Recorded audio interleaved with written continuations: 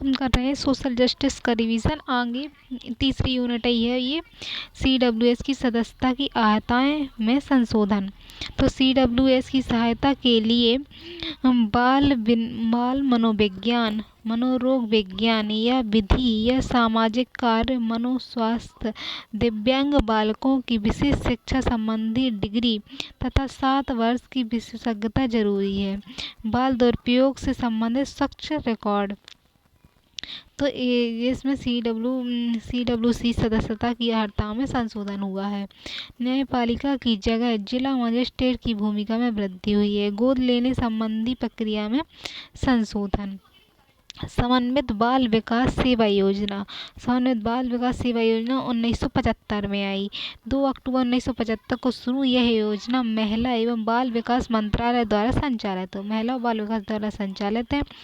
एक एकीकृत स्वास्थ्य पोषण शिक्षा योजना है जो 6 वर्ष से कम आयु के बच्चों उनकी माताओं पर केंद्रित है। 6 वर्ष से कम आयु के बच्चों पर उनकी माँ के ऊपर केंद्रित है। इस योजना में आंगनवाड़ी सेवा योजना के तहत निम्न 6 सेवाओं में पैकेज दिए जाएंगे। जैसे पूरक पोषण दिया जाएगा, स्कूल पूर्ण अनौपचारिक शिक्षा, तो स्कूल से पहले ही शिक्षा दी जाएगी, अनौपचारिक शिक्षा। फिर पोषण तथा स्वास्थ्य शिक्षा, पोषण की और स्वास्थ्य की शिक्षा दी जाएगी। प्रतिरक्षण होगा और स्वास्थ्य जांच और रेफरल सेवाएं, तो इसमें ये सारी डिसीजन दी जाएंगी।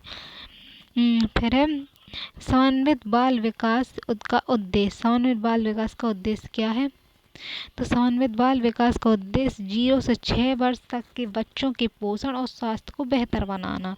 ऐसी प्रणाली का विकास करना जिसमें बच्चों के मनोवैज्ञानिक, शारीरिक, मानसिक विकास को बढ़ावा दिया जा सके। बच्चों की मृत्यु दर, अस्वस्थता, कुपोषण दर और स्कूल छोड़ने की दरों में कमी लाना।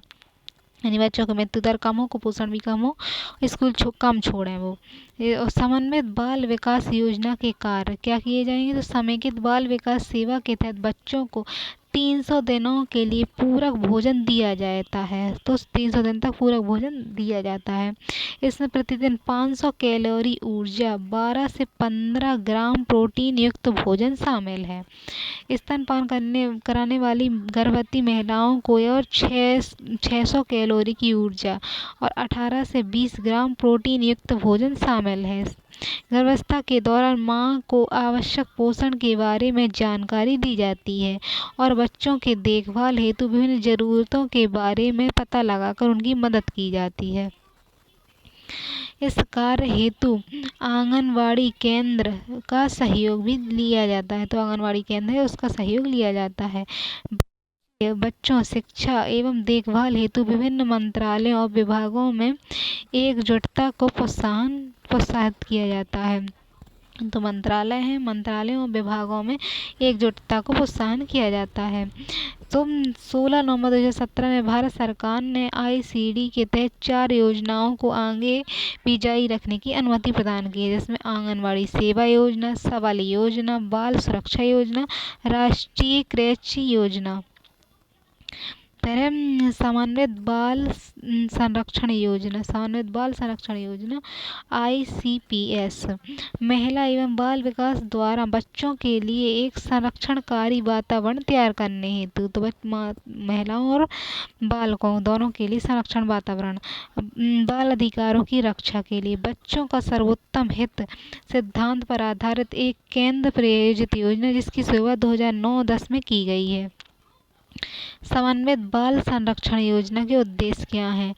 क्यों समन्वित बाल संरक्षण योजना है? तो इसके उद्देश्य कठिन परिस्थितियों में जीवन यापन करने वाले बच्चों के कल्याण में सुधार करना, बच्चों का दुरुपयोग, शोषण, परित्याग और उनके परिवारों से बच्चों को अलग करने की परिस्थिति एवं कार्यों को कम करना। समन्वित बाल संरक्षण योजना के प्रमुख कार्य और गतिविधियाँ क्या है? समन्वित बाल संरक्षण योजना है तो उनकी प्रमुख कार्य क्या होंगे और गतिविधियाँ क्या होंगी?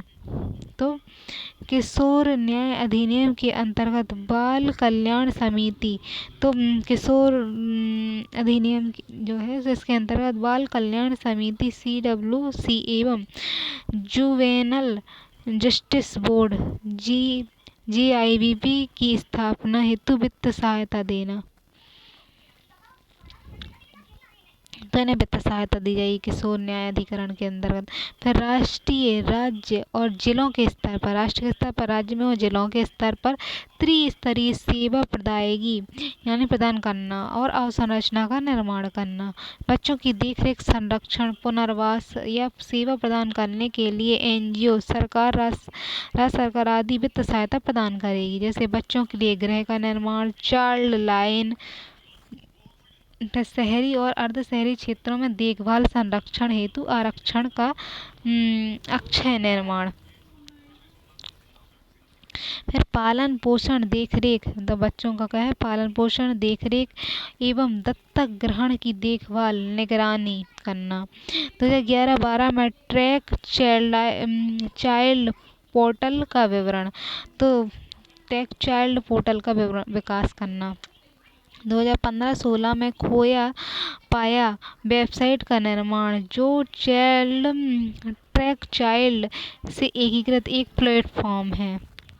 खोया या पाया, एक गुमशुदा बच्चे और पाए गए बच्चे तक पहुंच को सुनिश्चित करना। एक निःशुल्क 24 घंटे फोन पहुंच सेवा, चाइल्ड लाइन सर्विस 198 की शुरुआत संचालन किया गया है। फिर किशोर न्याय अधिनियम 2015 में उल्लेखित दत्तक ग्रहण विनियमन यानी जो गोद लेने वाले अधिनियम है, उस 2017 में 2021 में संशोधन किया गया, अधिसूचित किया गया, जिसके तहत दत्तक ग्रहण संबंधी मार्ग सिद्धांतों का अनुपालन होगा। 27 अप्रैल 2024 से एक घर गोद लें और कार्यक्रम का संचालन, जिसके तहत अनेक बड़े लोगों को बाल गृह में बाल गृह में रहने वाले बच्चों को सहायता हेतु आमंत्रित किया जाता है। फिर कामकाजी महिलाओं के बच्चों के लिए 2006 में राजीव गांधी राष्ट्रीय शिशु गृह योजना, तो कामकाजी महिलाएं उनके बच्चों के लिए 2006 में शिशु गृह योजना का संचालन, जिसमें पूरक पोषण और प्रतिरक्षा पोलियो ड्रॉप, तो इसमें क्या क्या है? पोषण दिया जाएगा, प्रतिरक्षा किया जाएगा, पोलियो ड्रॉप, बुनियादी स्वास्थ्य निगरानी जैसी स्वास्थ्य सुविधाएं, आपातकालीन दवाइयों सेवाओं, सोने की सुविधा, स्कूल पूर्व अनौपचारिक शिक्षा, स्कूल से पहले अनौपचारिक शिक्षा दी जाएगी और 3 से 6 वर्ष तक प्रदान की जाएगी। फिर राष्ट्रीय बाल स्वास्थ्य कार्यक्रम 2013, राष्ट्र के स्तर पर बाल स्वास्थ्य कार्यक्रम चलाए गए हैं। तो इसे स्वास्थ्य एवं परिवार कल्याण मंत्रालय द्वारा राष्ट्रीय और ग्रामीण स्वास्थ्य विकास निगम मिशन के तहत 130 करोड़ रुपए की शुरुआत राशि के साथ 2013 में महाराष्ट्र में शुरू किया गया था राष्ट्रीय बाल स्वास्थ्य कार्यक्रम। इसका उद्देश्य 18 वर्ष से कम आयु के सभी बच्चों के लिए स्वास्थ्य देखरेख हेतु समन्वित कार्यक्रमों को आगे बढ़ाना। राष्ट्रीय बाल स्वास्थ्य कार्यक्रम 2013 के कार्य क्या हैं? राष्ट्रीय बाल स्वास्थ्य कार्यक्रम 2013 के कार्य तो सरकारी एवं गैर सरकारी सहायता प्राप्त विद्यालयों में 14 वर्ष के और ग्रामीण क्षेत्रों में एवं स्लम्स में रहने वाले 0 से 6 वर्ष तक के बच्चों को स्वास्थ्य जांच और चिकित्सा उपलब्ध कराना बाल स्वास्थ्य केंद्र का कार्यक्रम है। फिर 6 से 18 वर्ष के बच्चों में विद्यालय स्वास्थ्य कार्यक्रम, फिर इसके अंतर्गत वर्ष में एक बार स्वास्थ्य जांच निःशुल्क चिकित्सा प्रदान करना। 0 से 6 वर्ष के बच्चों में आंगनवाड़ी केंद्र के माध्यम से वर्ष में 2 बार स्वास्थ्य की जांच, तो आंगनवाड़ी में वर्ष में 2 बार जांच की जाएगी, निःशुल्क चिकित्सा दी जाएगी। 0 से 6 वर्ष के बच्चों को आशा कार्यकर्ताओं के माध्यम से घर घर जाकर स्वास्थ्य की जांच की जाएगी, चिकित्सा दी जाएगी। फिर इसके तहत जिला स्तर पर त्वरित चिकित्सा केंद्रों की स्थापना। तो जिला स्तर पे क्या है, त्वरित चिकित्सा मिले, त्वरित चिकित्सा केंद्रों की स्थापना करना तथा त्वरित चिकित्सा केंद्रों में हृदय रोग, फिर बहरापन और अन्य शिशु रोगों का इलाज करना। तो बहरापन और अन्य शिशु रोगों का इलाज करना। चरणबद्ध तरीके से इस योजना के संचालन द्वारा देश में 27 करोड़ बच्चों की स्वास्थ्य सुविधा उपलब्ध कराना। राष्ट्रीय किशोर स्वास्थ्य कार्यक्रम। राष्ट्रीय किशोर स्वास्थ्य कार्यक्रम, राष्ट्रीय किशोर स्वास्थ्य कार्यक्रम है स्वास्थ्य और परिवार कल्याण मंत्रालय द्वारा 7 जनवरी 2014 के 10 से 19 वर्ष की आयु वर्ग के किशोरों के लिए शुल्क शुरू किया गया। यह स्वास्थ्य कार्यक्रम अन्य मुद्दों के अलावा पोषण, प्रजनन, स्वास्थ्य और मादक द्रव्यों के सेवन को लक्षित करेगा। तो राष्ट्रीय किशोर स्वास्थ्य के लिए था। इस कार्यक्रम का मुख्य सिद्धांत किशोर भागीदारी, नेतृत्व, समता तथा समावेशन, फिर लिंग समानता और अन्य क्षेत्रों व हितों के साथ सामरिक भागीदारी करना है। इसके तहत किशोरों में मानसिक स्वास्थ्य, पोषण, गैर संचारी रोग, लिंग आधारित हिंसा और मादक पदार्थों के सेवन और रोकथाम पर ध्यान केंद्रित किया गया है। तो राष्ट्रीय पोषण मिशन 2018, राष्ट्रीय पोषण मिशन 2018। तो इसका क्या है, प्रधानमंत्री द्वारा 2018 में महिला दिवस के अवसर पर राजस्थान में झुंझुनू में राष्ट्रीय पोषण मिशन की शुरुआत की गई। इसमें क्या है, इसके द्वारा नेशनल न्यूट्रिशन स्ट्रेटजी यानी पोषण की जो रणनीति है उसमें द्वारा समर्पित इस मिशन का उद्देश्य छोटे बच्चों और महिलाओं, किशोरों में कुपोषण और एनीमिया को कम करना है। इस मिशन के तहत गिनठेपन के जन्म के साथ शिशु के वजन में कमी और शिशु के रक्त में कमी, भोजन पोषण और तत्वों का असंतुलन आदि को दूर करने के 2022 तक एक कुपोषण मुक्त भारत निर्माण पर बल देना है। 2022 तक के लिए इस योजना थी। इस योजना के लगभग 10 करोड़ लोग लाभान्वित हो चुके हैं और इस मिशन में सफल संचालन हेतु देश के सभी राज्यों और जिलों को 3 वार्षिक चरणों में योजनाबद्ध रूप से शामिल किया गया है। पहले चरण में 315 जिले हैं, दूसरे चरण में 235 जिले हैं और तीसरे चरण में शेष जिले हैं। इस योजना का वित्त पोषण है 50% विश्व बैंक और अन्य विकास बैंकों द्वारा तथा 50% केंद्रीय बजट द्वारा। NNM का लक्ष्य क्या है? राष्ट्रीय पोषण मिशन के अंतर्गत 2017 और 2022 तक मिशन के अंतर्गत निम्न लक्ष्य निर्धारित किए गए। तो राष्ट्रीय पोषण मिशन है तो इसके अंतर्गत 2017 और 2022 तक मिशन के अंतर्गत निम्न निर्धारित है। बच्चों में गिनठेपन को कम करना। तो बच्चों में गिनठेपन को कम करना 0 से 6 वर्ष बच्चों यानी इसका उद्देश्य इसमें बच्चों में गिनठेपन को कम करना। इसमें 2 प्रति वर्ष के लक्ष्य से 6% तक कम करना है। बच्चों में पोषण की कमी के कारण वजन की समस्या में कमी लाना। तो 2% से 6% तक की कमी लाना है। छोटे बच्चों में यानी 6 से 59 महीने के जो रक्त की कमी वाले बच्चे हैं उनकी समस्या में कमी लाना। तो 3% तक की कमी लाने का उद्देश्य है।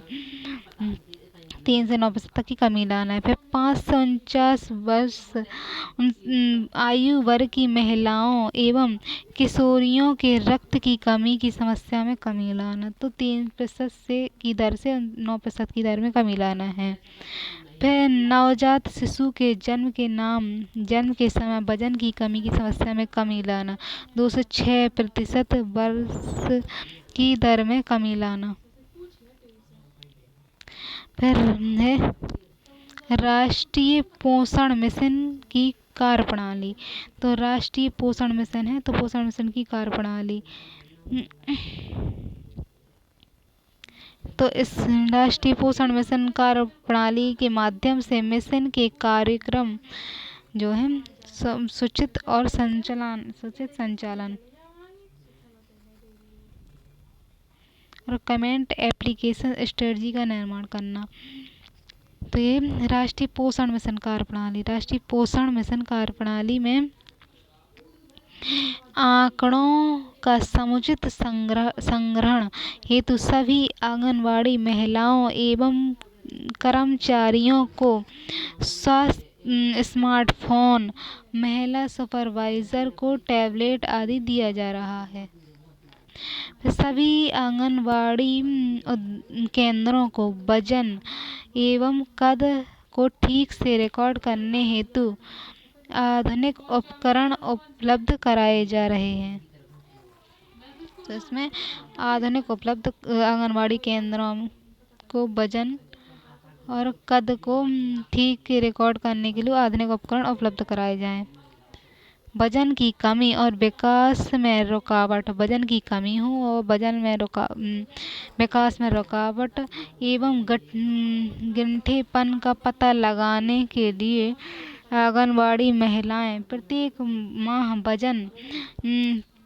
माह वजन तथा हर तीसरे माह की लंबाई को एप्लीकेशन सॉफ्टवेयर के माध्यम से रिकॉर्ड करेंगी।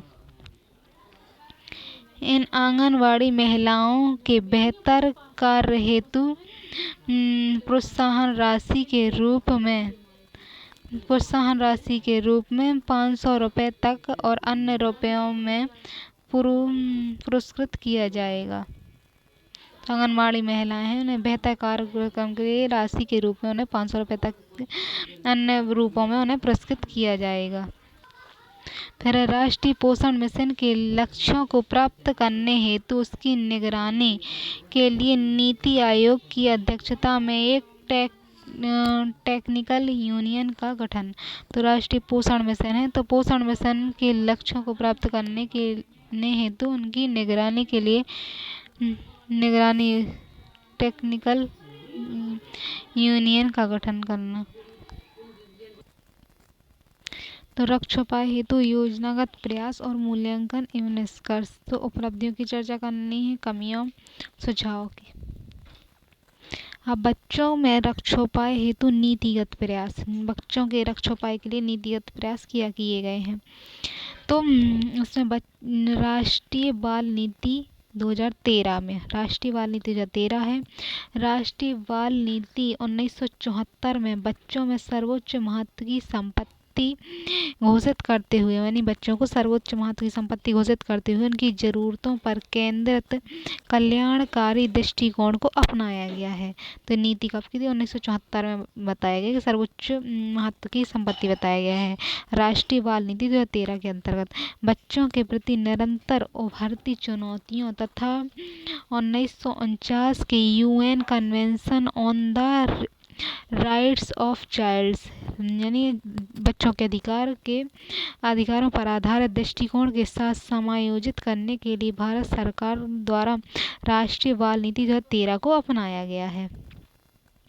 फिर नेशनल पॉलिसी ऑफ चाइल्ड 2013 की प्रस्तावना में कहा गया है कि 18 वर्ष से कम आयु का प्रत्येक व्यक्ति बच्चा है और इसके लिए मानव अधिकार है, इसके अपने मानवाधिकार हैं। बचपन जीवन का अभिन्न अंग है जिसकी अपनी कीमत महत्व है।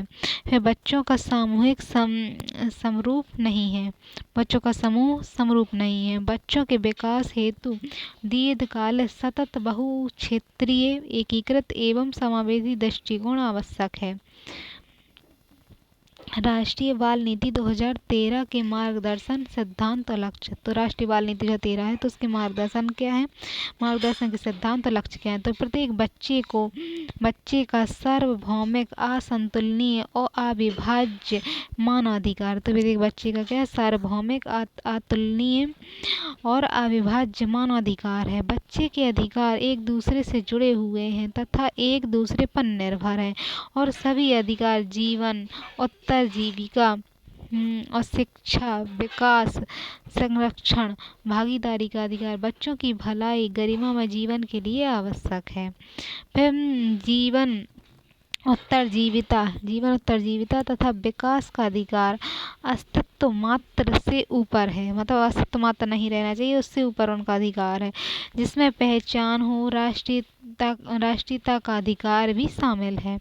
बच्चों के भावनात्मक, मानसिक और सामाजिक सांस्कृतिक विकास को समग्र रूप से संपोषित किया जाना चाहिए।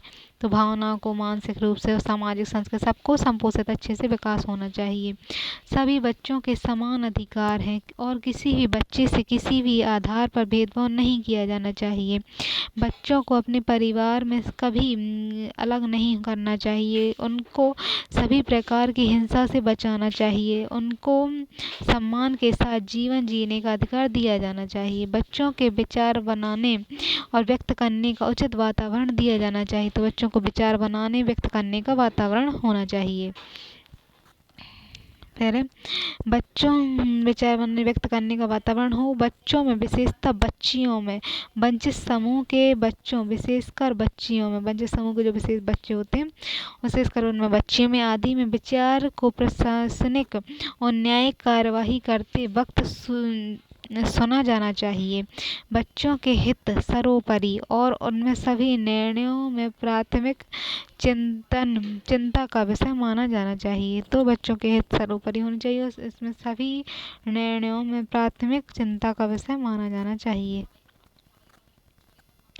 NPC national policy on child के मुख्य लक्ष्यों की प्राप्ति का निर्धारण।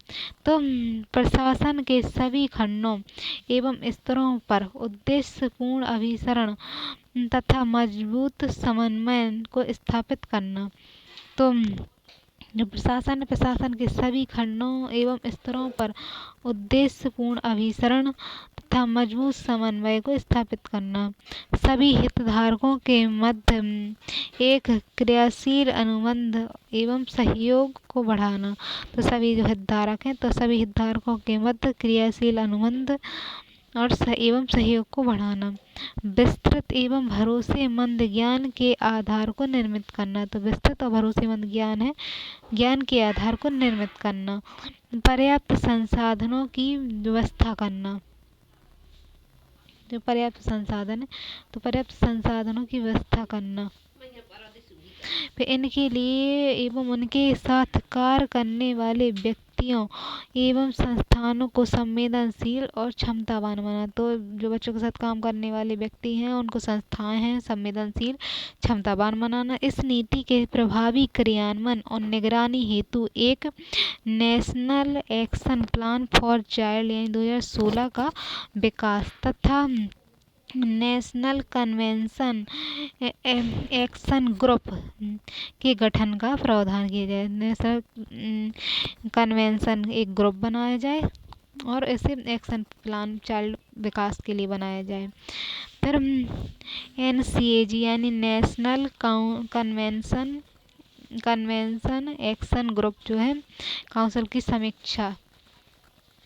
इससे स्पष्ट है कि NCP नेशनल काउंसिल पॉलिसी है जो 2013 में बच्चों के प्रति आधुनिक दृष्टिकोण को समाहित करती है और बच्चों के कल्याण पर केंद्रित होने के बजाय बच्चों के अधिकार, बच्चों के हितों को सर्वोच्च महत्व प्रदान करती है। इस नीति में बच्चों को विभिन्न श्रेणीकरण और उनकी पहचान पर विशेष बल दिया गया। जो श्रेणीकरण किया गया है, बच्चों को पहचान पर बल दिया गया है। बाल विकास के प्रयासों में न केवल सभी आयामों को समाहित किया गया, तो बाल विकास के जो कार्यक्रम है, तो इसमें सभी आयामों को समाहित किया गया है, बल्कि नवीन वैश्विक दृष्टिकोण को भी शामिल किया गया है। महिला एवं बाल विकास मंत्रालय तथा अन्य एजेंसियों द्वारा आज इस नीति पर आधारित कई नवीन योजनाओं को शुरू किया गया है। तो नवीन योजनाएं हैं जो, उन योजनाओं को शुरू किया गया है तथा पुरानी योजनाओं में आवश्यकता के अनुसार संशोधन भी किया गया। तो पुरानी योजनाएं हैं जो, उनमें आवश्यकता के अनुसार संशोधन किया गया रहा है।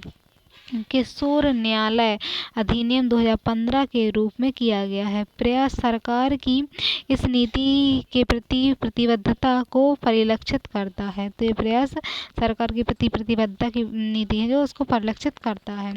जब अब जरूरत है इस नीति के सफल क्रियान्वयन, तो इस जो नीति है उसका सफल क्रियान्वयन हो, क्रियान्वयन तब कहीं जाकर इस नीति में निहित उद्देश्यों को प्राप्त किया जा सकता है। तो इस नीति को उद्देश्य भी प्राप्त किए जा सकते हैं। बच्चों में रक्षा उपाय एवं बेहतरी के लिए योजनागत प्रयास, बच्चों के रक्षा उपाय करने के लिए, बेहतरी के लिए योजनागत प्रयास करना। तो आज़ादी के बाद सामाजिक न्याय के उद्देश्य से तो आज़ादी के बाद से सामाजिक न्याय के उद्देश्यों को केंद्र में रखकर बच्चों को भी एक कमजोर और अति संवेदनशील वर्ग के रूप में देखा गया है। तो सामाजिक न्याय का जो उद्देश्य है उसमें केंद्र में रख के बच्चों को संवेदनशील वर्ग में देखा गया है। उनके लिए कई योजनागत प्रयास किए गए हैं। 2013 में बच्चों का एक राष्ट्रीय नीति का निर्माण किया गया है जिसमें बच्चों के कल्याण, उनके अधिकार और कल्याण और अधिकार दोनों में केंद्र में रखकर आज कई योजनाएं को क्रियाशील हैं, जिसमें निम्न बिंदु के अंदर देखा जा सकता है। तो योजनाएं बच्चों के लिए चलाई गई हैं। समन्वित बाल विकास योजनाएं, तो समन्वित बाल विकास योजनाएं हैं जो 1975 में आई।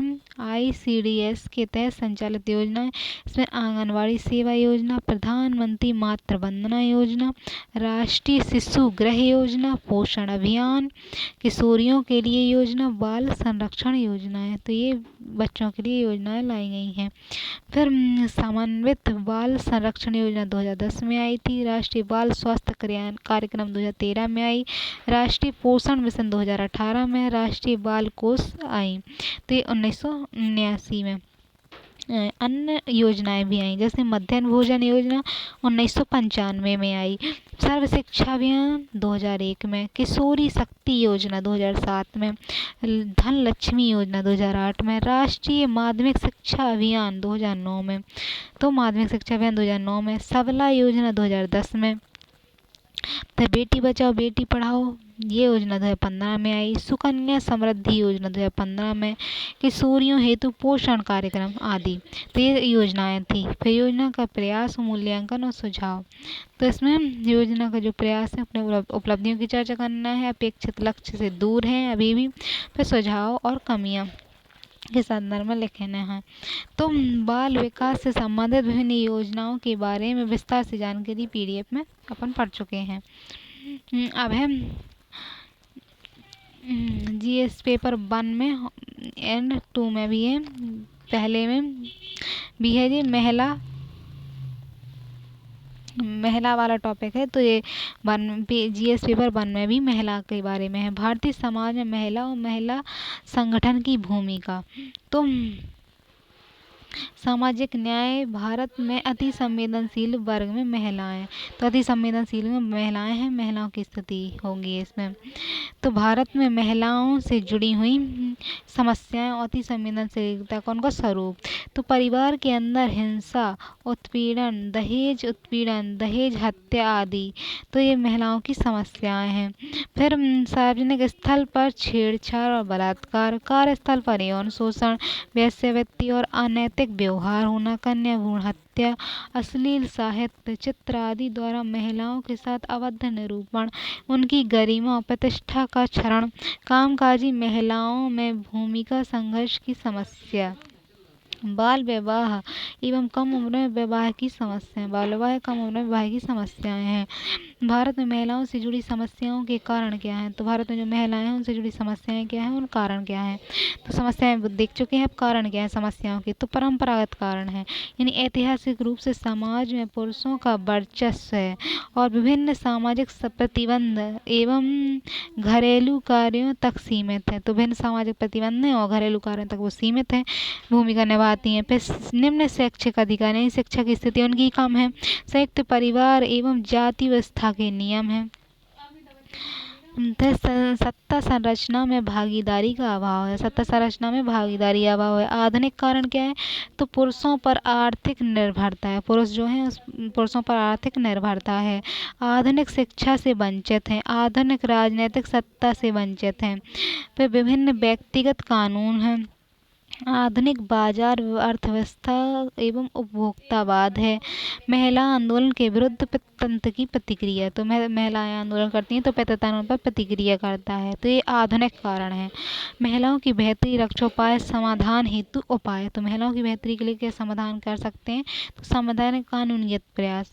तो अनुच्छेद 14 में, 15 में, 16 में महिलाओं के लिए सभी के लिए विधि के समक्ष समानता है। सभी को रोजगार में समानता है, मतलब भेदभाव नहीं किया जाएगा। और लिंग के आधार पर भेदभाव खत्म है और सरकारी नौकरियों में भी समान अवसर है। अनुच्छेद 23 में महिलाओं के दुर्व्यापार पर प्रतिबंध लगाया गया। अनुच्छेद 23 में यानी शोषण के विरुद्ध अधिकार है ये। अनुच्छेद 39A में महिला कामगारों के दुरुपयोग पर रोक लगाया गया है। 39A में 39 जो डी है इसमें समान वेतन दिया गया है सभी महिलाओं को, पुरुष के समान वेतन। अनुच्छेद 42 में प्रसूति सहायता है। अनुच्छेद 44 में समान नागरिक संहिता, यानी सभी धर्म की महिलाओं के लिए समान सिविल न्यायालय हो। अनुच्छेद 51 में महिलाओं के सम्मान के विरुद्ध आचरण पर परित्याग है। मतलब कर्तव्य है जो उसमें महिलाओं के विरुद्ध जो समानता के विरुद्ध आचरण है वो उस पर परित्याग होना चाहिए। फिर अनुच्छेद 243 में पंचायती राज और नगर निगम में आरक्षण कौन है? प्रावधान है पंचायतों में। विवाह संबंधी कानून 1954 1955 है। अनैतिक व्यापार निवारण अधिनियम 1956 है कि अनैतिक रूप से व्यापार नहीं करेंगे। हिंदू उत्तराधिकार अधिनियम 1956 में उन्हें पुरुष के समान संपत्ति में अधिकार है। दहेज निषेध अधिनियम 61 में बनाया गया और 86 में पहले बनाया था। महिलाओं में अपशिष्ट प्रतिरूप निषेध अधिनियम 1986 है। तो इस तरह है। PC and PNDT act, PC and PNDT act 1994। तो घरेलू हिंसा से संरक्षण अधिनियम 2005, तो घरेलू हिंसा है तो घरेलू हिंसा से संरक्षण के लिए अधिनियम 2005 बनाया गया है। फिर बाल विवाह निषेध अधिनियम 2006 है। बाल विवाह का निषेध करने के लिए अधिनियम 2006 है। कार्यस्थल पर महिलाओं में का यौन उत्पीड़न और निषेध अधिनियम 2013 बनाया गया है। फिर मातृत्व लाभ के लिए अधिनियम 2016 है। सरोगेसी विनिमय अधिनियम 2021 सरोगेस मदर के लिए। फिर लिव इन रिलेशनशिप पर सुप्रीम कोर्ट का निर्णय है। दोनों पत्नी के समान अधिकार दिया गया है। समीक्षा सुझाव। समीक्षा में सफलता की बिंदु है, कमियां लिखना है और सफलता मिलाने के कारण। सफलता मिलने के क्या कारण है? तो संविधान और विधान में अस्पष्टता है, मतलब सफलता नहीं मिल रही है तो क्या कारण है? तो नहीं मिलने के कारण क्या है? तो संविधान विधान में अस्पष्टता है। जटिल न्याय व्यवस्था है। लेट लतीफ न्याय व्यवस्था, महंगी न्याय व्यवस्था है। फिर कानून प्रवर्तन एजेंसियों में व्याप्त भ्रष्टाचार और दृढ़ इच्छा शक्ति का अभाव है। तो भ्रष्टाचार है, दृढ़ इच्छा शक्ति का अभाव है। अशिक्षा एवं जागरूकता का, अशिक्षा है और जागरूकता का अभाव है। गरीबी है। प्रतिसत्तात्मक व्यवस्था है। संवैधानिक और वैधानिक प्रयासों में सफलता हेतु सुझाव। संवैधानिक और वैधानिक प्रयास हैं उसमें सफलता के सुझाव हैं।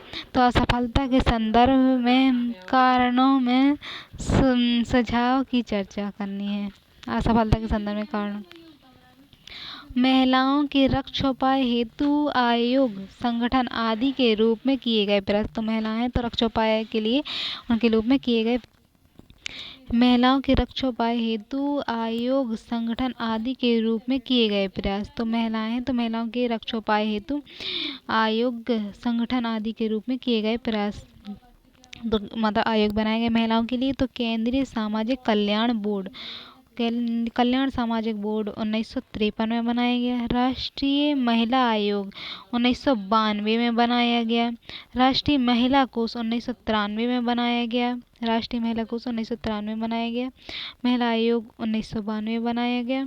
JS वर्मा कमेटी की रिपोर्ट 2013 में आई। फिर कार्यस्थल पर यौन उत्पीड़न पर सुप्रीम कोर्ट के निर्देश 1997 में दिए गए और तेजाब हमले पर रोकने हेतु सुप्रीम कोर्ट के निर्देश दिए गए।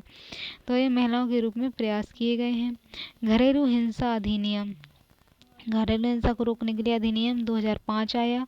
अनैतिक व्यापार निवारण अधिनियम 2006 आया। फिर कार्यस्थल पर यौन उत्पीड़न रोकथाम अधिनियम 2013 आया।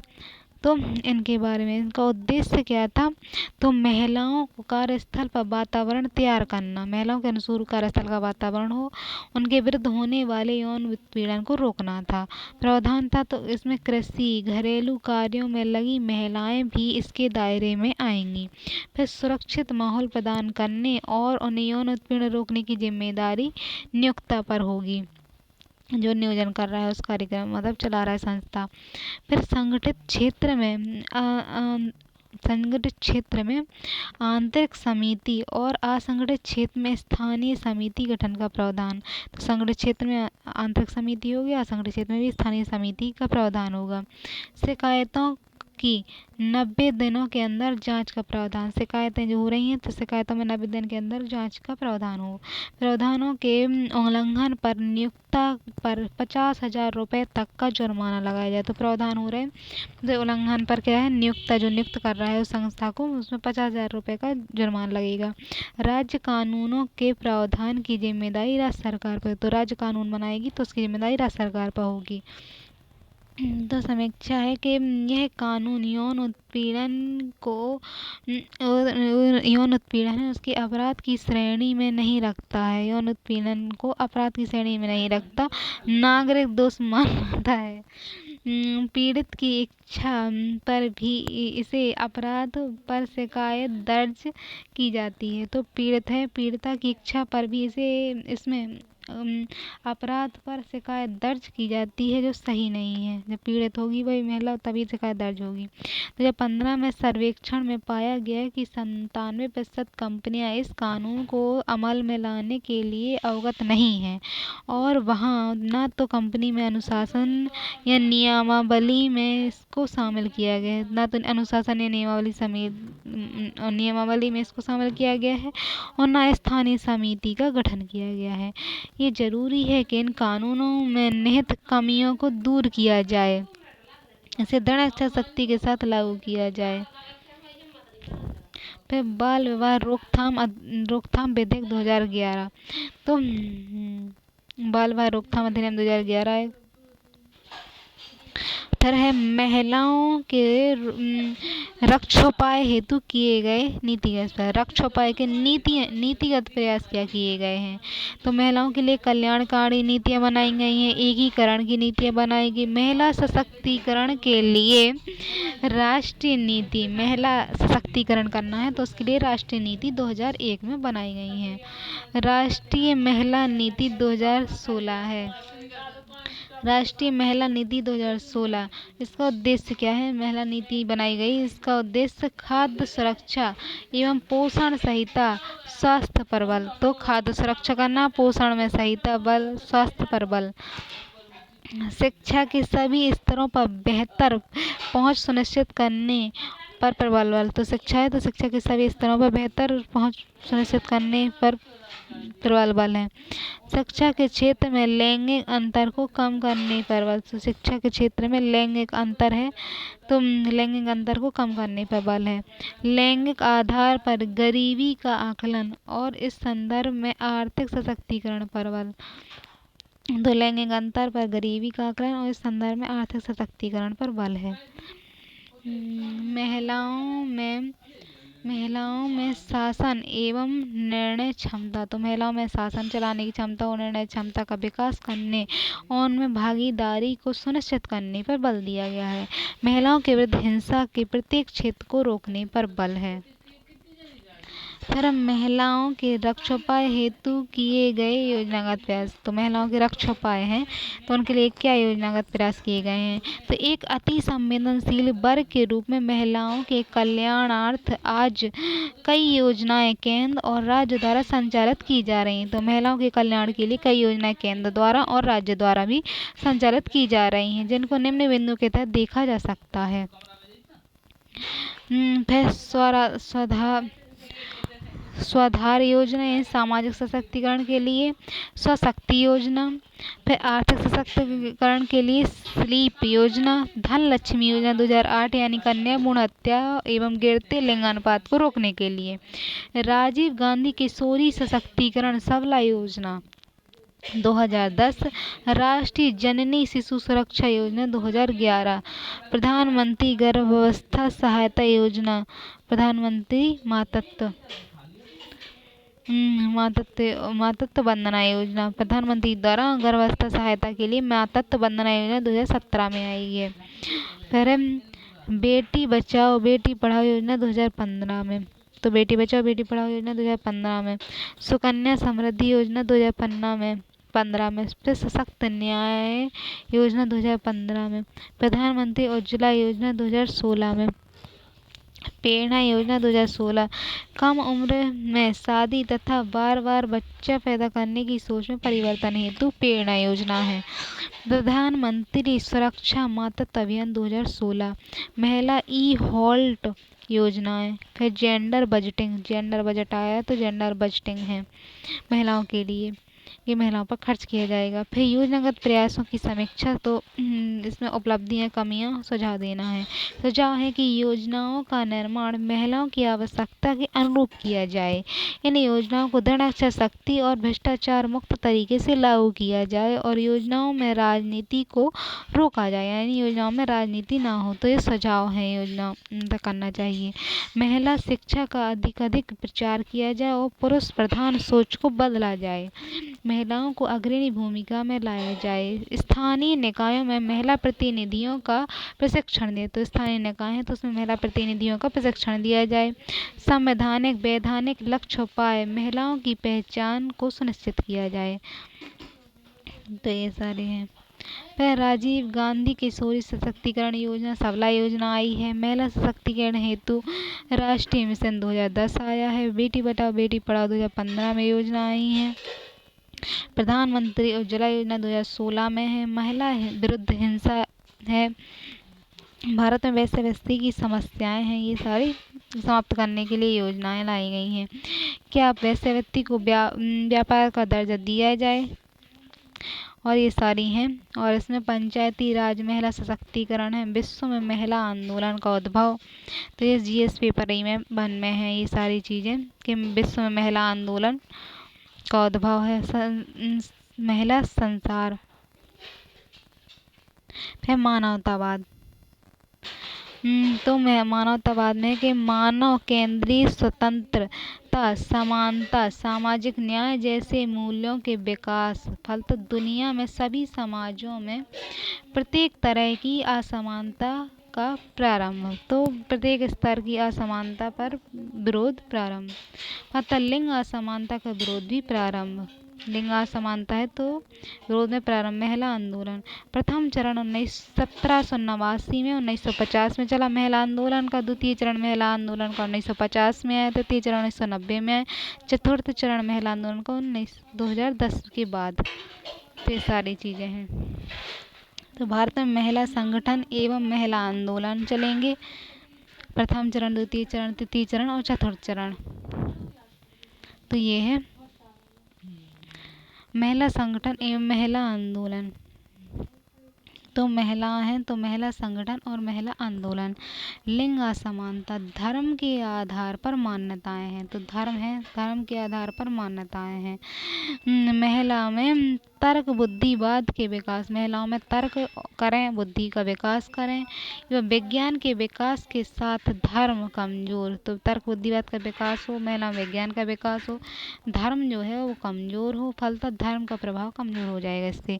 मानवतावाद, मानव केंद्र स्वतंत्रता, समानता, सामाजिक न्याय जैसी मूल्यों का विकास हो, फलतः दुनिया के सभी समाजों में प्रत्येक तरह की असमानता का विरोध प्रारंभ हो जाएगा, स्वतंत्रता समानता आएगी तो, और लिंग असमानता का विरोध भी प्रारंभ हो जाएगा। तो ये सारी चीज़ें होंगी यदि आंदोलन होंगे तो। विश्व में महिला आंदोलन, तो प्रथम चरण 1789 और 1950 में आएगा इसमें महिलाओं के लिए। फिर विश्वव्यापी स्वरूप यानी यूएसए, अमेरिका, यूनाइटेड किंगडम मुख्य रूप से केंद्रित महिलाओं हेतु राजनीतिक अधिकार दिए गए हैं और अन्य नागरिक अधिकारों की मांग पर बल दिया गया है। फ्रांस में महिला आंदोलन, तो 1789 में फ्रांसीसी क्रांति नेशनल असेंबली में द्वारा मानव एवं नागरिक अधिकारों की घोषणा, महिलाओं की उपेक्षा की गई थी उसमें भी। 1789 में ओलंपिक डी गोल्ड्स द्वारा फ्रांसीसी क्रांति की सफलता की प्रगति को चुनौती मिली और फिर उतने ग्यूंट्स को मृत्युदंड। फ्रांस में महिला आंदोलन की धीमी गति से महिला आंदोलन में सुधार हुआ। अतः 1944 में फ्रांस में महिलाओं को मताधिकार प्राप्त हुए। तो 1944 में फ्रांस में महिलाओं को मताधिकार दिए गए, यानी बाद में दिए गए। इंग्लैंड में महिला आंदोलन, तो 1688 में इंग्लैंड में गौरवपूर्ण क्रांति में पुरुषों को नागरिक अधिकार प्राप्त, लेकिन महिलाएं वंचित हो गई थी उससे। तो इंग्लैंड में भी महिलाओं के साथ वंचित व्यवहार हो गया था। 1792 मई में वर्ल्ड बोल्स नोट केफ्ट की पुस्तक में इसे राइट ऑफ वोमेन, और 1869 में जॉन स्टूड मिल की पुस्तक में उन्हें महिलाओं को निम्न स्थिति का विश्लेषण किया है। और 1984 में फ्रेंच इंग्लैंड्स फ्रांस में और इंग्लैंड में तथा अदर ओरिजिन्स वहाँ सब जगह महिलाओं की निम्न स्थिति और लिंग असमानता को संदर्भ में विश्लेषण उन्होंने किया है। महिलाओं में विश्लेषण है। 1888 में वुमेन्स लेबर नेशन फ्रंट का गठन और लिंग समानता के लिए प्रयास किए गए हैं। तो वुमेन लाइब्रेशन फ्रंट का गठन और लिंग समानता पर प्रयास किए गए। फलतः 1918 में, 1928 में, 1948 में इंग्लैंड की महिलाओं को मताधिकार प्राप्त है। अमेरिका में महिला आंदोलन, तो अमेरिका में भी हुए। ये सारे ऑप्शनल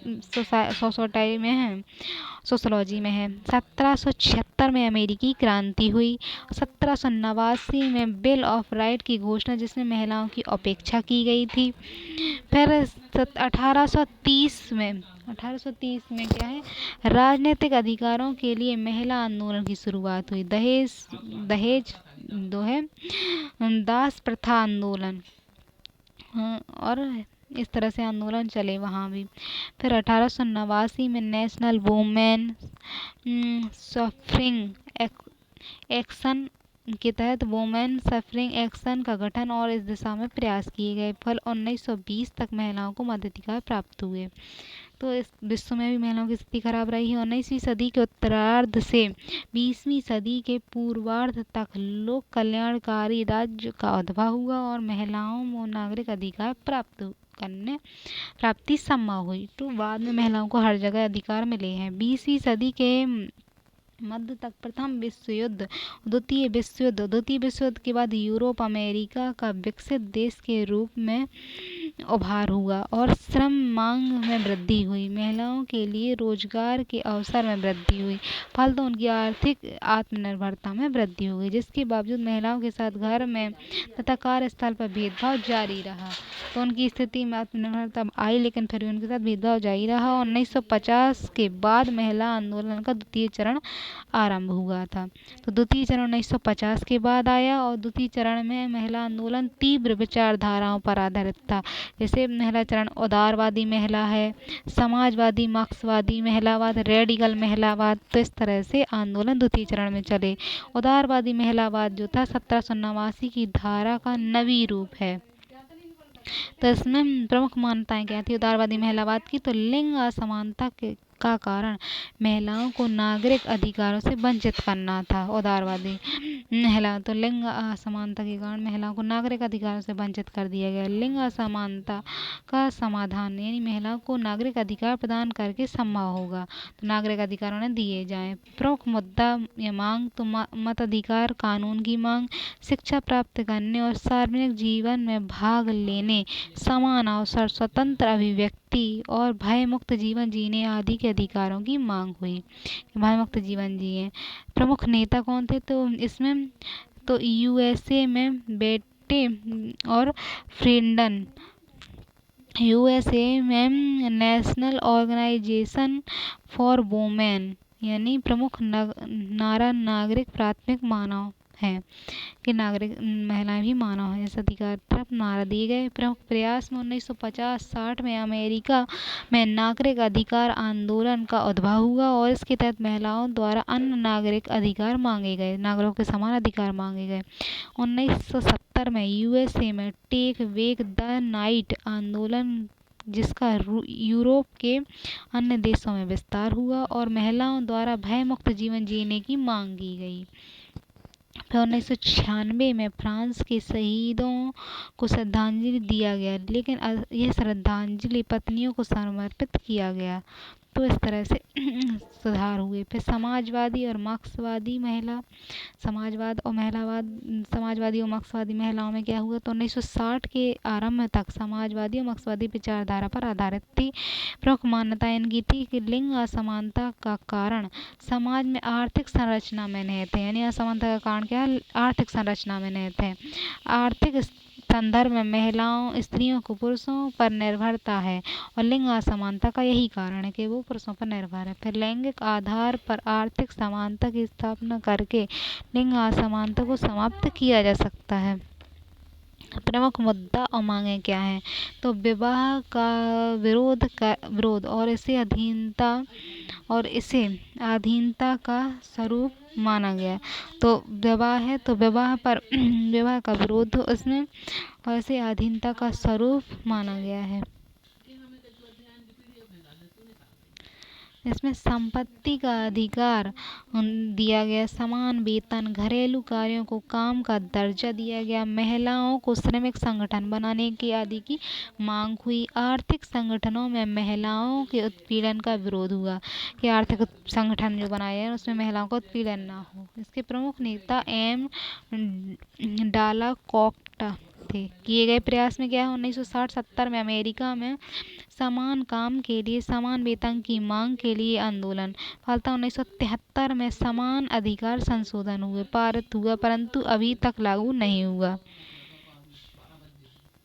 2017 में अमेरिका का नवादा राज्य ERA की पुष्टि करने वाला पहला राज्य बना।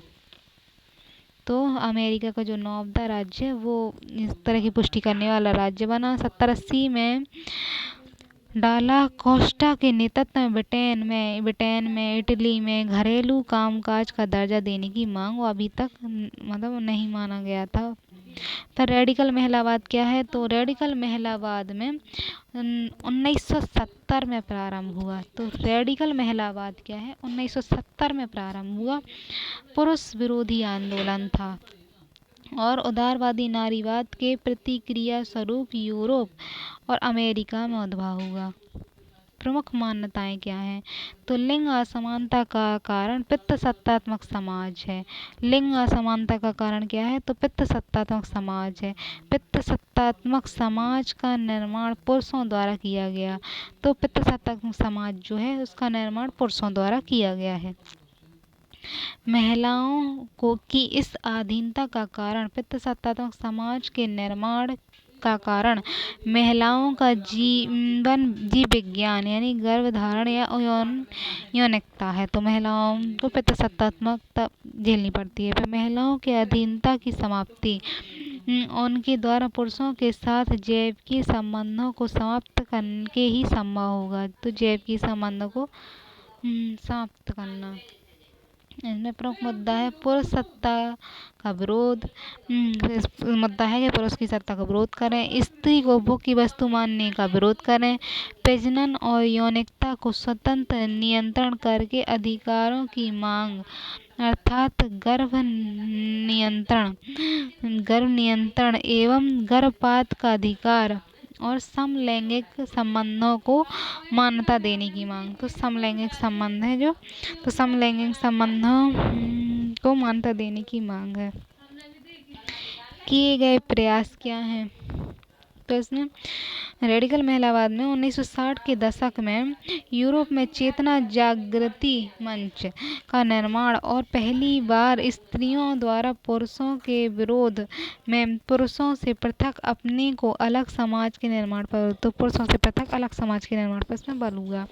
1968 में पुरुष सत्ता का प्रतीक सौंदर्य प्रतियोगिता पर विरोध किया गया, यानी पुरुषों की सत्ता का है सौंदर्य के प्रतीक के रूप में है महिलाएं, तो उसको विरोध किया गया। फिर 1972 में फ्रांस में और 300 फ्रांसीसी महिलाओं द्वारा सार्वजनिक रूप से ये छपाया कि मैं गर्भपात करवाया है। फिर 1982 में यूएसए में महिलाओं द्वारा रक्षा मंत्रालय, जिसे पुरुष प्रभुत्व और शोषण के प्रतीक माना गया, इसका विरोध किया गया। तो रक्षा मंत्रालय का उन्होंने विरोध किया यूएसए में, यानी अमेरिका में। 1967 और 92 में समलैंगिक संबंधों को मान्यता देने हेतु आंदोलन, समलैंगिक संबंध जो है मान्यता देने के लिए आंदोलन चलाए गए। इसमें रेडिकल महिलावाद का स्वरूप क्या था? तो इसमें मुख्य मान्यताएं थी स्त्रियां अधीनता का कारण स्त्रियों का यौन संबंध हेतु पुरुषों पर निर्भरता। तो स्त्रियों का यौन संबंध हेतु पुरुषों पर निर्भरता है, प्रमुख मान्यता यही थी। फिर पुरुषों के साथ इस संबंध को समाप्त करके ही महिला मुक्ति संभव है। फिर लेस्बियनिज्म में नारीवादी आंदोलन स्त्री संबंधों के प्रति उदासीन रहा है। तो नारीवादी आंदोलन स्त्रियां अपने अधिकारों के संबंधों के प्रति उदासीन है और हेमोफीलिया से ग्रसित है, यानी पितृसत्तात्मक मूल्यों का प्रभाव है। और समलैंगिक संबंध घृणास्पद एवं विकृत है। विषम लैंगिक यौनिकता भी पितृसत्ताक समाज के कारण संभव हुआ है। पुरुषों के साथ यौन संबंधों को समाप्त करके ही महिला मुक्ति संभव है। तो ये रेडिकल महिलावादी या मार्क्सवादी लोग ऐसे ही सोचते हैं। फिर यह लेस्बियन संबंधों द्वारा ही संभव है। तो प्रमुख नेता कौन है इसमें? प्रमुख नेता एडियन रिच यूएसए। प्रमुख नेता कौन है? एडियन रिच है, सेरी मीगा है यूएसए, मोनिका विटिंगा और फ्रांस की है। इस तरह से मुख्य नेता हैं इसमें। इस प्रकार 1980 तक आते आते महिला आंदोलन कई भागों में व्यक्त हो गया। लिबरल फेमिनिज्म, सोशल फेमिनिज्म, स्पेक्टिव feminism, lesbian feminism, back feminism और इको फेमिनिज्म। इस तरह महिला आंदोलन कई भागों में व्यक्त हुआ। तो ब्लैक फेमिनिज्म क्या है? इसकी मान्यता है कि नारीवादी आंदोलन में अश्वेत यानी ब्लैक स्त्रियों की अपेक्षा हुई है। श्वेत स्त्रियों की मुक्ति तभी संभव है जब ब्लैक यानी श्वेत लोगों से ब्लैक यानी अश्वेत लोगों की मुक्ति हो जाएगी। तो श्वेत महिलाओं की मुक्ति तभी संभव है जब अश्वेत लोगों की मुक्ति हो जाएगी। मुख्य नेता इसमें है एंजेला डेविस और एलिस वॉकर। इन्होंने फेमिनिज्म की जगह वोमनिज्म शब्द का प्रयोग किया है। फिर किए गए प्रयास 1972 में यूएसए में अश्वेत महिला संसद की राष्ट्रपति नहीं बनने का विरोध हुआ। या अश्वेत महिलाएं हैं तो उन्हें राष्ट्रपति नहीं बन सकती, तो इसका विरोध किया गया अमेरिका में।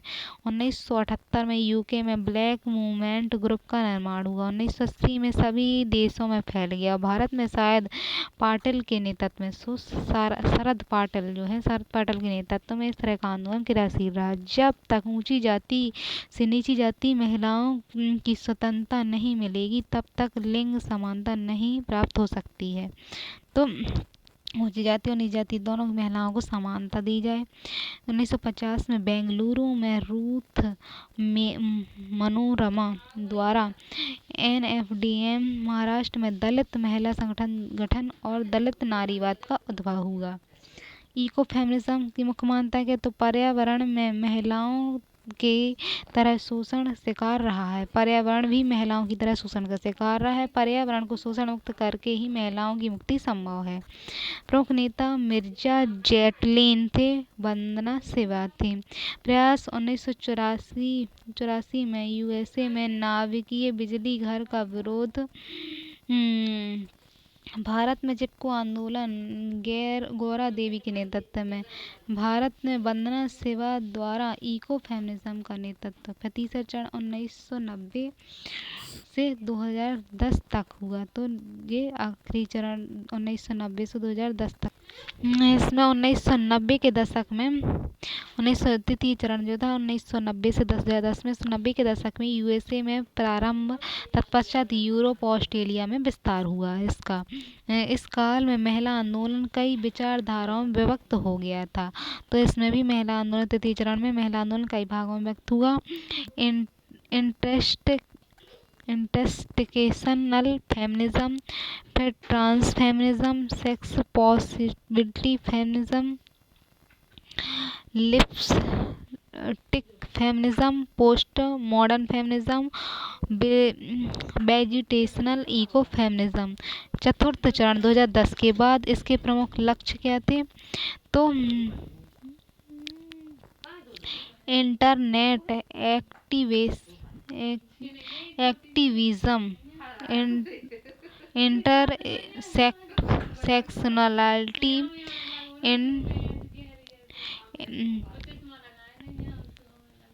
की विशेषताएं थी। महिलाओं में विश्व में महिला आंदोलन की समीक्षा करना।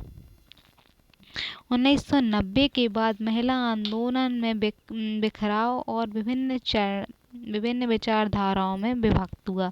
तो 90 के बाद महिला आंदोलन विभिन्न बिखराव हो गया और बिखराव के बाद विचारधाराओं में व्यक्त हो गया। समय समय पर महिला आंदोलन में एकीकरण की वृत्ति का विकास हुआ। तो समय समय पर महिला आंदोलन में एकीकरण हुआ। फिर USA द्वारा इसका आक्रमण का सभी महिलाओं द्वारा विरोध। तो USA द्वारा क्या है, इराक पर आक्रमण हुआ और सभी महिलाओं द्वारा इसका विरोध किया गया और संसद में समान प्रतिनिधित्व के मुद्दे पर सभी महिला संगठनों द्वारा संगठित प्रयास किए गए। तो ये USA में का था। तो उपरोक्त सभी आंदोलन के परिणाम स्वरूप दुनिया में लगभग सभी देशों में महिलाओं को कई नागरिक अधिकारों की प्राप्ति संभव हुई और आत्मनिर्भरता में वृद्धि हुई और उनका सशक्तिकरण संभव हुआ, परंतु अभी भी वह इस लक्ष्य से दूर है। मीडिया NGO जो होते हैं, तो मीडिया में और NGO में महिला NGO युवाओं के सहयोग से आधुनिक शिक्षा, आधुनिकता के मूल्यों का प्रसार, पुरुष मानसिकता में लिंग समानता की दिशा में परिवर्तन हुआ और विभिन्न क्षेत्रों में महिला सशक्तिकरण द्वारा आदर्श लिंग समानता से युक्त मानव समाज के निर्माण किया जा सका। अब है भारत में महिला आंदोलन का अर्थ। तो भारत में महिला आंदोलन का तात्पर्य ऐतिहासिक रूप से भारतीय समाज में लिंग समानता को दूर करने के लिए किए गए सामूहिक एवं संगठित प्रयासों में से है। तो महिला आंदोलन का अर्थ है। भारत में महिला आंदोलन का कारण, तो महिलाओं की निम्न स्थिति है।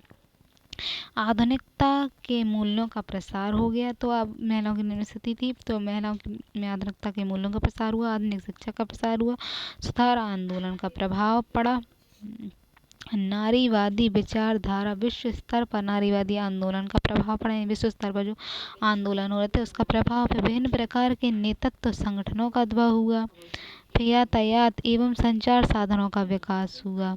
भारत में महिला आंदोलन के रूप में किए गए प्रयास। तो भारत में जो महिला आंदोलन है उसमें प्रयास किए गए। तो प्रथम चरण में चला द्वितीय चरण 70 तक, तृतीय चरण 90 तक और 90 के बाद से अब तक भारत में इस तरह के प्रयास चल रहे हैं।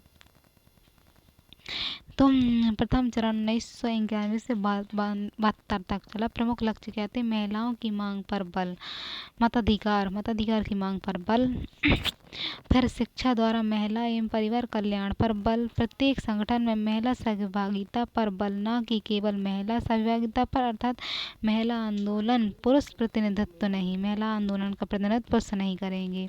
फिर प्रमुख संगठन बनाए गए इसमें। प्रमुख घटनाएं किए गए प्रयास 1917 में सरोजिनी नायडू की अध्यक्षता में महिला प्रतिनिधि मंडल चेम्सफोर्ड से मिला और वोट देने के अधिकार की मांग की। 1927 में महिला आंदोलन की मांग पर महिलाओं को शिक्षा का आधार क्या हो और इस निम्न प्रस्ताव को पारित किया गया। मातृत्व का ज्ञान होना चाहिए, घर को खूबसूरत बनाने का ज्ञान होना चाहिए, समाज कल्याण में भूमिका निर्वहन का ज्ञान होना चाहिए आदि। 1930 तक महिला आंदोलन की मांग पर गोलमेज सम्मेलन में 3 आधार पर स्त्रियों को वोट देने का प्रस्ताव लाया गया। तो 1930 में महिला आंदोलन था, तो महिला आंदोलन की मांग पर गोलमेज सम्मेलन में 3 आधार पर स्त्री को वोट देने का प्रस्ताव लाया गया। पति की संपत्ति के आधार पर वोट देना, विधवा जिसके पति को वोट देने का अधिकार प्राप्त था, तो 21 वर्ष के उपरांत स्नातक महिलाएं, तो इन्हें वोट देने का अधिकार दिया गया। फिर ऑल इंडिया वुमेन्स कॉन्स्टिट्यूएंसी द्वारा इसका विरोध और स्वतंत्र नागरिक के रूप में वोट देने के अधिकार की मांग हुई। स्वतंत्र रूप से वोट देने के अधिकार की मांग हुई। 1932 में कम्युनल अवार्ड, जिसमें महिलाओं को विधानसभा में सहभागिता हेतु समुदाय के आधार पर 2.5% का आरक्षण दिया गया। EIWC द्वारा विरोध और स्वतंत्र महिला के रूप में आरक्षण की मांग, परंतु महिला प्रतिनिधियों द्वारा कम्युनल अवार्ड का समर्थन किया गया। फलतः महिला आंदोलन 2 भागों में विभक्त एवं कमजोर, तो महिला आंदोलन जो था वो 2 भागों में विभक्त हो गया और कमजोर हो गया। फलतः सभी महिला संगठन स्वतंत्र महिला में शामिल और महिला आंदोलन शिथिल हो गया, तो महिलाओं का आंदोलन शिथिल हो गया। द्वितीय चरण 1947 और 70 का। 1947 के बाद महिला संगठन समाज कल्याण में संलग्न, तो 1947 के बाद महिलाओं का जो संगठन है वो समाज कल्याण में संलग्न हुआ। महिला आंदोलन प्राय निष्क्रिय, परंतु तेलंगाना आंदोलन, नक्सलवाड़ी आंदोलन आदि में कुछ संगठन जैसे आंध्र प्रदेश महिला सभा, कस्तूरबा उत्थान मंडल आदि तथा कुछ महिलाएं जैसे कि अबला बहन, सबला बहन आदि सक्रिय रहा। तृतीय चरण 1970 से 1990 में हुआ। इस काल में महिला आंदोलन के प्रमुख मुद्दे, तो महिला आंदोलन के 1970-90 में क्या मुद्दे थे? पर्यावरण संघर्ष, बढ़ती मांग के खिलाफ आंदोलन, तो बढ़ती जो मांग है उसके खिलाफ आंदोलन, जमीन पर समान अधिकार की मांग, तो जमीन पर समान अधिकार की मांग, महिला उत्पीड़न, दहेज हत्या का विरोध, मुस्लिम महिलाओं के अधिकार का मुद्दा। इस काल की प्रमुख घटनाएं क्या थी? तो 1970 में गौरा देवी के नेतृत्व में चिपको आंदोलन और 1980 के बाद बंदा सिवा है तो उनके नेतृत्व में इको फेमिनिज्म, पर्यावरणीय मुद्दों को लेकर आंदोलन हुए, तो पर्यावरणीय मुद्दों को लेकर आंदोलन हुए। 1970 के दशक में JVP यानी जय प्रकाश नारायण आंदोलन में बोधगया में मणिमाला और मासी नीलम द्वारा भूमि के पुनर्वितरण में पुरुष के साथ महिलाओं के नाम दिए जाने की मांग की गई थी। भूमि पुनर्वितरण है तो उसमें महिलाओं के नाम पर भी दी जाए। 1970-80 में मृणाल गोरे और अहिल्या रांगेर के नेतृत्व में महंगाई विरोध आंदोलन। 1974 में महिलाओं के विकास पर report institute of women's in India जारी हुआ। महिलाओं की निरंतर स्थिति का खुलासा और महिला विकास की दिशा में सरकार की विकास नीति और कल्याण नीति की आलोचना हुई। तो इस तरह से महिला आंदोलन चला। 75 में अंतर्राष्ट्रीय महिला वर्ष एवं 75 से 85 तक अंतर्राष्ट्रीय महिला दशक मनाया गया। इसके रूप में UN द्वारा घोषणा की गई। फलतः वैश्विक महिला आंदोलन प्रारूप भारत में भी महिला आंदोलन तीव्र हुआ। इस काल में घरेलू श्रम, समान मजदूरी, देहाड़ी मजदूरी और खेतीहर महिलाओं की समस्या, समलैंगिक संबंधों को मान्यता देने की मांग अपेक्षित रहे। चतुर्थ चरण 1990 तक आज तक चला है। इस काल में महिला आंदोलन के प्रमुख मुद्दे हैं: कामकाजी महिला के मुद्दे, समान वेतन पर जोर, महिलाओं की पारंपरिक हुनर कौशल में आर्थिक मूल्यांकन पर जोर दिया जाए। समाजवादी महिलावाद के द्वारा चलाया गया महिलाओं के विरुद्ध हिंसा यानी पति द्वारा पिटाई, दहेज हत्या, कन्या भ्रूण हत्या, वेश्यावृत्ति, अश्लील साहित्य, चित्रकला का प्रदर्शन आदि, यौन उत्पीड़न या बलात्कार, कार्यस्थल पर शोषण संबंधी मुद्दे ये सारे उठाए गए। फिर समलैंगिक संबंधों को सामाजिक मान्यता देने और पुरुष सत्ता के विरोध से संबंधित मुद्दे, फिर गरीब महिलाओं के मुद्दे, दलित महिलाओं के मुद्दे आदि हैं। इस काल में प्रमुख घटनाएं किए गए प्रयास तो मुख्यतः 1975 से 2005 तक अनेक स्वायत्त महिला संगठनों का उद्भव हुआ। तो स्वायत्त जो महिला हैं, स्वायत्त महिला संगठन का उद्भव हुआ, जैसे कि प्रगतिशील महिला संगठन, पुरोगामी महिला संगठन, स्त्री मुक्ति संगठन, महाराष्ट्र में फोरम और एगस्टस, ऑपरेशन ऑफ वुमेन, सहेली दिल्ली, हैदराबाद, विमोचना बेंगलुरु आदि। और इन संगठनों की प्रमुख सदस्यता पर प्रतिबंध आदि। अनेक पार्टियों पर आधारित महिला संगठन जैसे महिला कांग्रेस, दुर्गा वाहिनी, भाजपा आदि हुए। पुरोगामी महिला संगठन एवं स्त्री मुक्ति संगठन द्वारा देवदासियों की समस्या को लेकर आंदोलन। तो इस तरह महाराष्ट्र में दलित महिला संगठन, बेंगलुरु में रूथ मनोरमा द्वारा गठन सम्मेलन आदि हुए। तो इस तरह से बहुत सारे आंदोलन होते रहे हैं। इसमें कामकाजी महिलाओं को आंदोलन, देवी जैन वीणा मजुमदार द्वारा घरेलू कामकाज को दर्जा देने की मांग को लेकर आंदोलन, राजनीतिक हिंसा में आरक्षण को लेकर आंदोलन, फिर एंजेलिका अरम्बिका द्वारा महिलाओं के नेतृत्व को बढ़ावा देने हेतु आंदोलन, ईला भट्टा सेवा नेतृत्व में महाराष्ट्र गुजरात में असंगठित क्षेत्र में महिलाओं के हितों को लेकर आंदोलन। तो इस तरह से आंदोलन होते रहे हैं।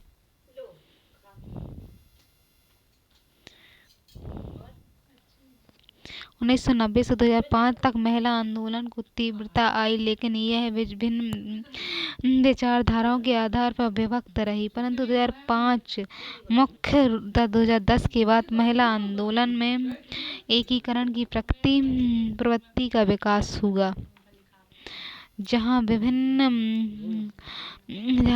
मुद्दों पर सभी महिला संगठनों को एकजुट होकर आंदोलन किया, जिसमें 16 दिसंबर 2012 निर्भया कांड के विरोध में आंदोलन के रूप में देखा जा सकता है। तो मूल्यांकन दहेज उपलब्धियां क्या है तो इन सब आंदोलन की, तो दहेज निषेध अधिनियम 2006 आया, बाल विवाह निषेध अधिनियम 2006, घरेलू हिंसा संरक्षण अधिनियम 2006, हिंदू उत्तराधिकार अधिनियम 2005, अनैतिक व्यापार और निवारण संशोधन अधिनियम 2006। तो इस तरह के अधिनियम इसके बाद आए और विभिन्न संशोधन आए। पंचायती राज में महिलाओं को आरक्षण, कार्यस्थल पर महिलाओं के उत्पीड़न से संबंधित अधिनियम 2013, महिला विकास नीति में परिवर्तन और अनेक विकास कार्यक्रम। तो महिला विकास नीति में परिवर्तन और अनेक विकास कार्यक्रम। सरोगेसी विनिमय अधिनियम आया 2021 में। PTM एक्ट 2021, समलैंगिकता और LIR पर SC का निर्णय, फलतः महिला सशक्तिकरण संभव हुआ। कमियां और असफलता के बिंदु क्या थे, तो ये आंदोलन थे उसकी कमियां क्या थी, असफलता के बिंदु, परंतु अभी भी हम अपेक्षित लक्ष्य से दूर हैं और लिंग असमानता और महिलाओं के विरुद्ध हिंसा में कई रूप में आज भी विद्यमान है। अपेक्षित लक्ष्य सफलता नहीं मिलने के कारण है कि महिला जाति समुदाय के आधार पर विभक्त स्टेप है। महिला आंदोलन ढेर सारी विचारधाराओं को प्रभावित एवं दिशाहीन है। महिला संगठनों का विभिन्न राजनीतिक दलों से संबंधित होना और राजनीतिक दलों के हितों के पक्ष में कार्य करना। उपरोक्त कारणों से महिला आंदोलन के रूप में सशक्त संगठित प्रयासों की तीव्रता में कमी आई, फलतापेक्षित सफलता नहीं मिली है।